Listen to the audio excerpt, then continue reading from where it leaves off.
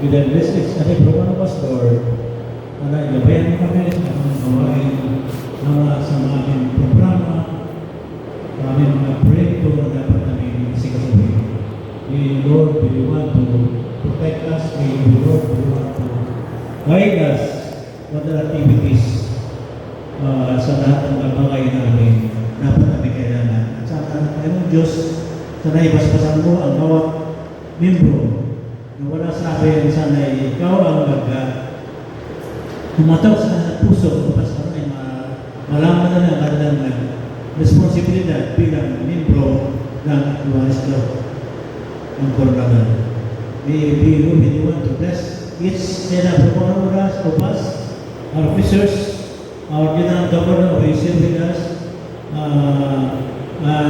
Don Lino who is with us despite of his feelings na medyo masyado na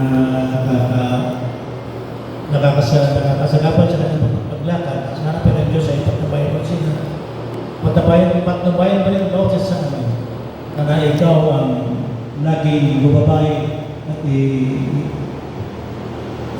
gagawin kami sa akin ng nasa dapat tao, tatao. This we pray